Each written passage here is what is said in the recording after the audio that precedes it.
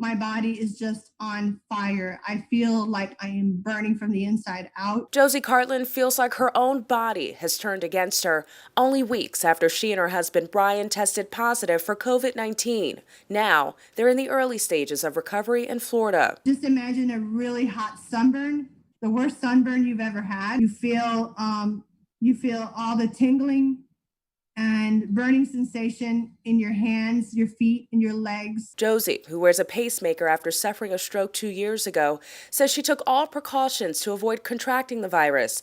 But when her husband had a heart attack and surgery in April, frequent trips were taken to the hospital, where she suspects they caught it. It's overwhelming emotionally and mentally.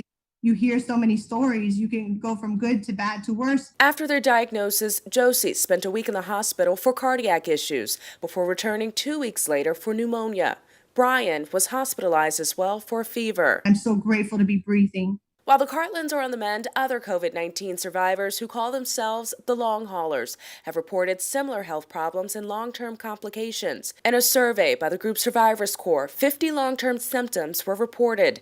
The most common, fatigue, body aches, trouble breathing and concentrating. 27% reported painful symptoms, like burning sensations in different parts of the body. Surviving is just chapter one. Dr. Panagi Scalia-Satos, a pulmonary and critical care physician at Johns Hopkins University, which has a clinic for COVID survivors, says some of these mental and physical effects are common. Starting from head to toe, from the head, we see ongoing mental health consequences. From the neck below, in the lungs, we see ongoing consequences there. Patients may still be needing oxygen, for instance, and then we still see impacts on the heart, and we see so many unique complications. Complications that survivors like the Cartlands are sharing with others, so people know they're not alone. We need to be there for each other. We're in this together.